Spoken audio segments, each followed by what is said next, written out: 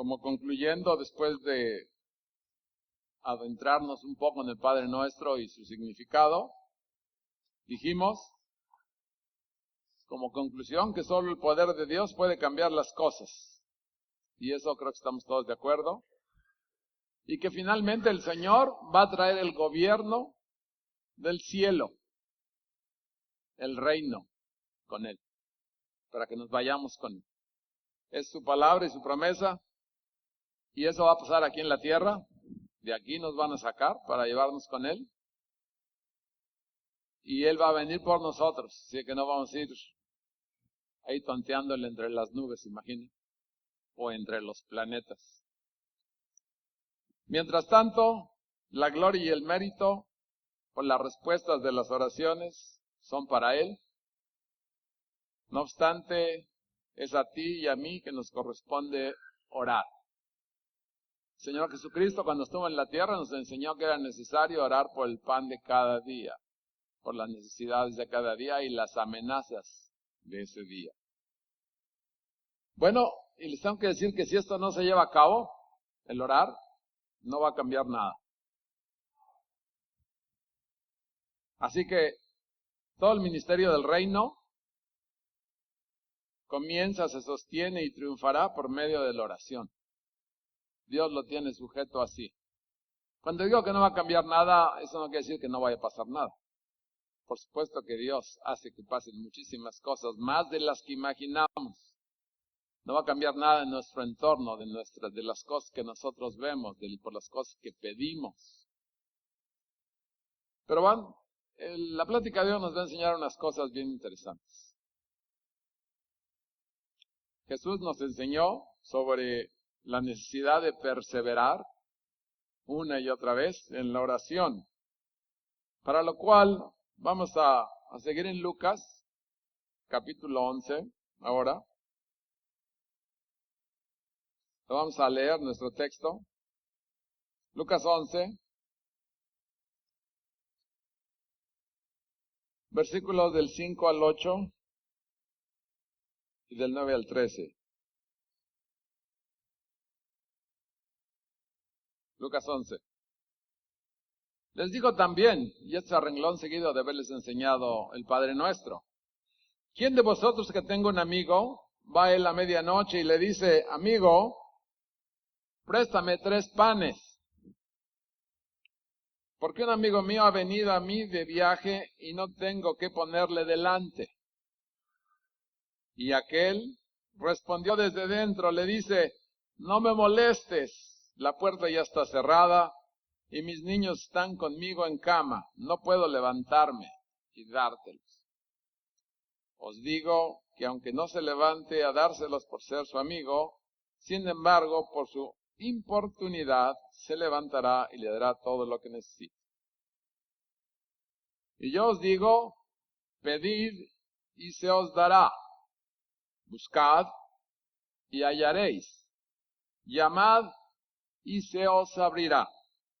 Porque todo aquel que pide, recibe, y el que busca, halla, y al que llama, se le abrirá. ¿Qué padre de vosotros, si su hijo le pide pan, le dará una piedra? ¿O si pescado, en lugar de pescado, le dará una serpiente? ¿O si le pide un huevo, le dará un escorpión? Pues si vosotros, siendo malos, sabéis dar buenas dádivas a vuestros hijos, ¿cuánto más vuestro Padre Celestial dará el Espíritu Santo a los que se lo pidan? Esta es palabra de Dios. Una palabra de Dios que de principio cuando la lees no parece que tuviera tanto como realmente tiene. Nos va a enseñar muchas cosas. Vimos y decíamos, el énfasis de la oración que nos enseña el Señor, alentando a sus discípulos a que fueran y que sean persistentes, no nada más entonces, sino hoy también, con la promesa de que recibirán lo que necesitan. Esto mostrará la forma genuina, nuestra dependencia total en Él. los que creemos en Él y que hemos sido cambiados porque hemos sido llamados por Él, tenemos dependencia de Él. No somos independientes de Él. El otro día tuve la oportunidad de asistir a un velorio que me tuve que salir porque no aguanté la mala enseñanza, lo siento. Y decían que Dios es un caballero que respeta tu voluntad, que tú escoges si quieres ir con Él. Con todo respeto, esas son papas y fritas. Y para papas los Oxxos tienen muchas bolsitas. Dios está por arriba de todos nuestros pensamientos. Dios es el que elige. Dios es el que desde el principio de todo te escogió antes de que tú nacieras. Así que qué carambas tienes tú que decir si vas o no vas. Cuando Dios te dice ven, aunque no quieras, tú vienes. Y es por eso que estás aquí. Amén. Que no me digan en una iglesia que tú vienes porque te pareció bien. ¿Qué es eso? Es una doctrina de hombres humanistas. Dios está por arriba de cualquier genio o de cualquier persona. Dios tiene un plan que sobrepasa tu plan. Y le damos gracias a Dios por esto, ya que si no, no estaríamos aquí. Se necesita que Él nos llame para que nosotros estemos pensando siquiera que nos vamos a ir con Él. ¿Te imaginas? Sin conocer a Dios, ¿te pensarías ir al reino de Dios? Pues no, porque ni siquiera creías en el reino de Dios. Creías en un Dios lejano, distante, que te deja hacer lo que se te antoja. Pues no, ese no es el Señor Dios Todopoderoso de la palabra. Ese no es el Señor de la Biblia. Él se ha manifestado y quiere, por así decirlo, la evidencia de nuestra fe mostrada en la oración. Cuando oramos, tenemos una relación íntima personal con Él. En la parábola que leímos,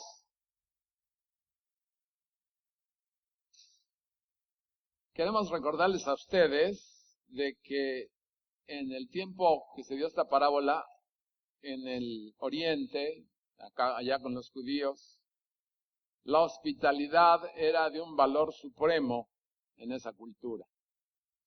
Tanto que sería impensable romper el patrón al no dar hospedaje, o solamente que se diera hospedaje si existía la infraestructura. La ley de la hospitalidad era sagrada y de obligación. Obligatoriedad absoluta para los judíos, podríamos decir. Esto nos permite entender un poco el hecho de incomodar al vecino. ¿Saben que fueron a tocar al vecino cuando ya estaba acostado? Aquí al vecino Paco a veces le van a tocar y le incomodan. A medianoche incomodan a la señora, así que sean más oportunos. Por causa de atender al que está tocando. Y yo veo al que llama en la parábola, o sea, al que está tocando por los panes, pues ese no estaba preparado para dar ninguna hospitalidad.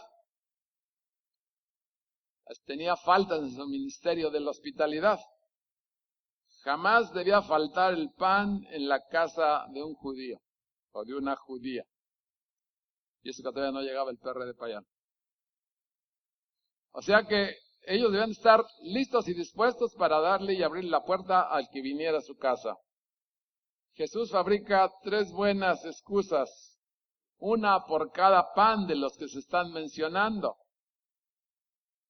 Jesús, por así decirlo, juega con la realidad de la posibilidad cultural y termina consiguiendo el acuerdo, o sea, el asentimiento de todos sus discípulos. O sea, que debía atenderse, que era imposible no hacerlo. El asunto que se menciona es que bien sea por amistad, como leíamos, ya que era su amigo el que le tocó, o por la comodidad de su familia, que no se despierten los niños. Ya ven que hay familias que no quieren ni que hables. Un día me invitaron a una casa que no querían que ni que respirara fuerte. Los niños. Bueno, que hay dos casos que no son así. O a lo mejor por preservar su reputación, porque a él, al que estaba dormido, también le estaban tocando y le estaban pidiendo hospitalidad. El dueño de la casa atiende al vecino impertinente. Tal vez sea el famoso que dirán que lo movió, pero igual se levantó y fue a atender lo que le pedían. ¿Te ha pasado a ti algo así? Pues a mí no me han ido a pedir pan a medianoche, pero sí me han pedido que vaya a atender a un endemoniado. Entonces, esa perspectiva no es tan buena a medianoche. Y más cuando no sabes ni quién es el endemoniado y todas estas cosas tan curiosas que acontecen. Sin embargo, pues hay que salir. Ni modo, ya que se está en el ministerio, hay que salir. Así que, dijo aquí lo que leímos, la parábola, que se le dio, suavemente le dio los panes y a lo mejor le dio algo más, con tal que lo dejara de molestar, lo estaba importunando. El hecho es simple. Si entre los humanos no se puede concebir la falta de hospitalidad, aún en un contexto de impertinencia, cuánto más Dios, que es el Padre nuestro, que es nuestro Abba, nos proveerá para lo que realmente necesitamos. Aquí voy a hacer un paréntesis.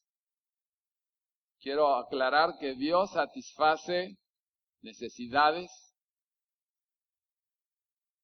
caprichos, no satisface caprichos, no satisface exigencias, ni satisface ambiciones.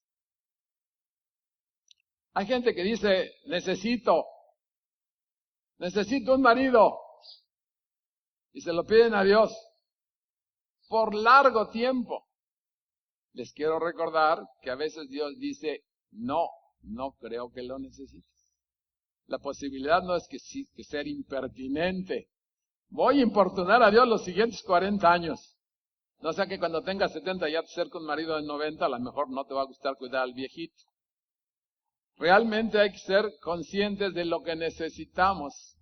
En nuestra cultura hay muchas cosas que a veces creemos que necesitamos y realmente no lo necesitamos. Dijimos que Dios nos satisface caprichos. Esto ya les debe de haber quedado claro a alguien que algún día se le salió pedir algo de este tipo. Ni exigencias.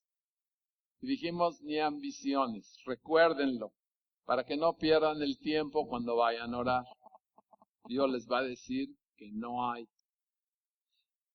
Luego leímos algo bien interesante que dice, y dijo Dios, y yo os digo. Jesús establece aquí la norma divina. Aquí en lo que se habla se establece una corresponsabilidad. Es una palabra muy bonita, pero bien pesada. Aquí la corresponsabilidad está entre el Padre y sus hijos. Los creyentes, los que han sido cambiados, los que han sido llamados. El Señor define esta cooperación en el contexto de una trilogía. Nos dio pedid, buscad y llamad. 3 cosas nos dejó puestas. Todas estas son acciones imperativas.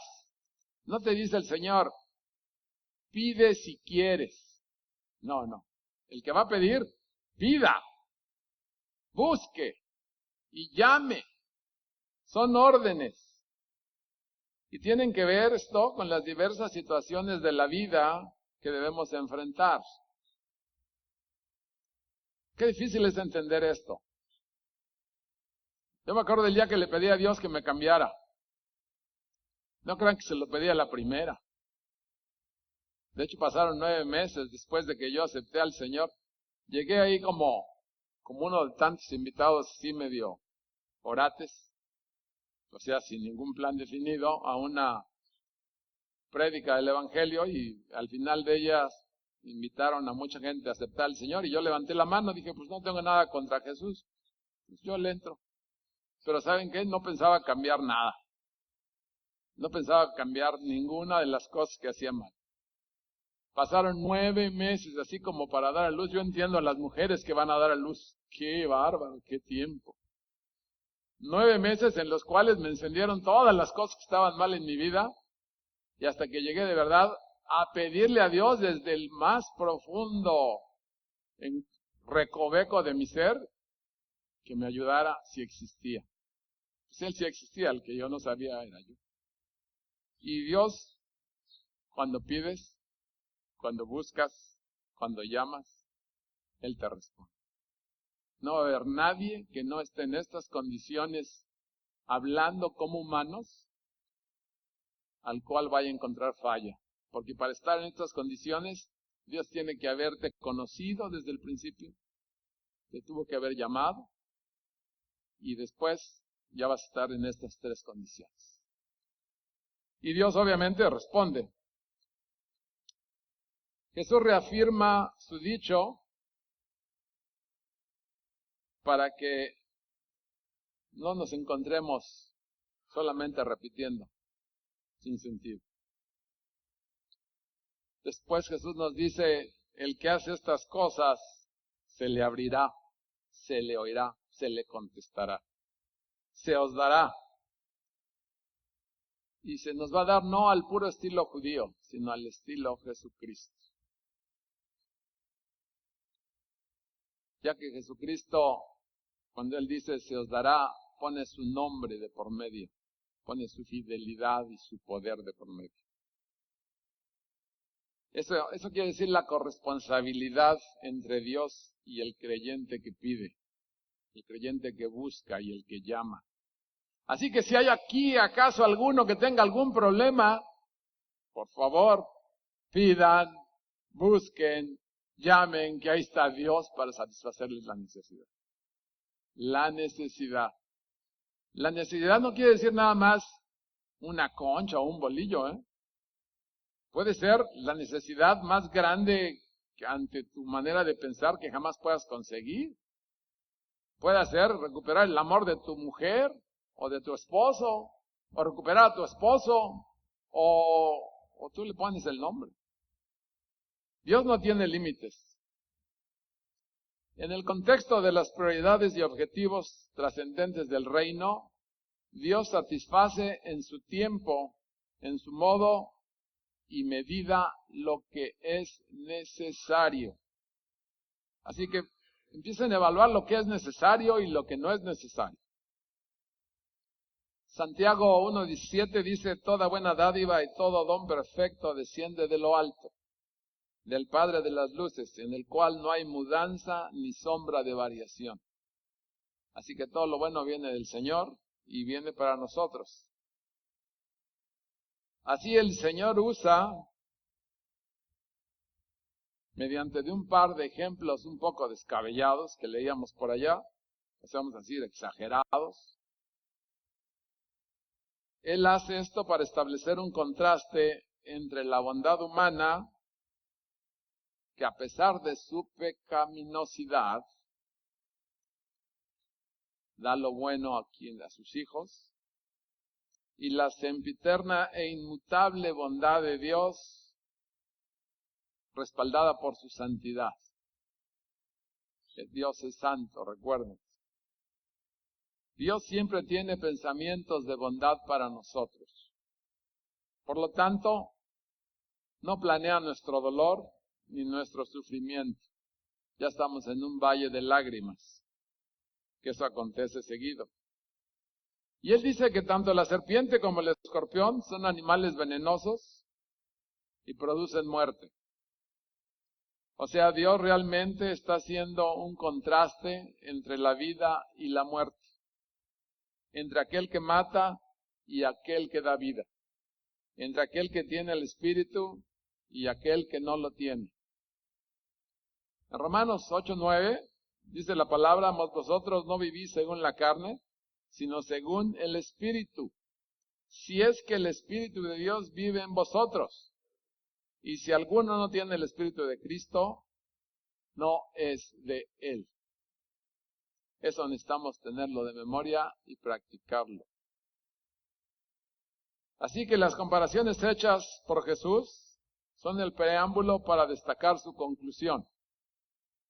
La provisión de las cosas suntuarias es la preocupación de todo hombre o mujer.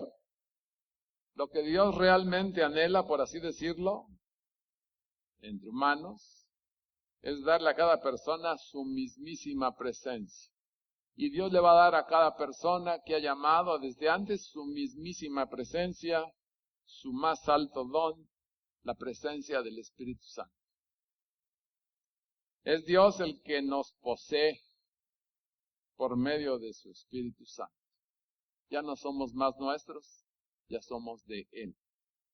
Para que seamos agentes del reino de Dios y de su justicia. Pero esto es solo para los que pidan, siendo esta la voluntad de Dios, cuanto más va a cubrir como Padre bondadoso nuestras carencias humanas. Hoy por hoy, esto está bien, ya que se inició desde Pentecostés. Dios nos ha dado su Santo Espíritu para que more con nosotros a todos aquellos que hemos sido cambiados. Y el Espíritu Santo nos guía en cada paso, cada día. La persona, al ser llamada, podríamos decir, al creer, ha sido bautizada por el Espíritu Santo. Esto es algo que hace Dios. Ya después se pueden bautizar en las iglesias, pero lo que hace Dios es algo que lo hace dentro de cada persona. Y así ya somos propiedad de Él. Su propiedad. Por eso los llamados somos patrimonio del Espíritu de Dios. El hecho que Jesús mencione el Espíritu Santo es todo un punto estratégico aquí, pensando Él en el momento de su ministerio y el de sus discípulos. De cara a Jerusalén, como estaba Jesucristo en este tiempo, era una manera muy sutil, pero muy alentadora de hablar de su partida. Cuando esto ocurriera, ellos serían investidos del poder de lo alto, como ustedes saben, como fueron, como somos, investidos desde lo alto con su Santo Espíritu. Para los discípulos, en esencia era una promesa de que Dios los convertiría en profetas, mensajeros ungidos de Dios, llenos del poder del Espíritu Santo. Una realidad hoy.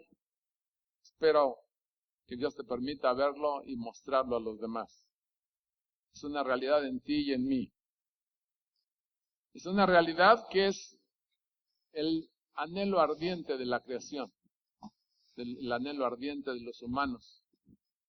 Pero si no conocemos a Dios, esto no lo anhelamos. Los que tenemos al Espíritu de Dios nos gozamos de que Dios haya hecho con nosotros todo un cambio. ¿Habrá alguien aquí hoy que no tenga su Santo Espíritu? Su Santo Espíritu es lo que necesitamos para todo tiempo de nuestra vida. Es el que nos guía en el camino del Señor y el que nos cuida hasta de nosotros mismos. Su bondad manifiesta en su persona viviendo en ti.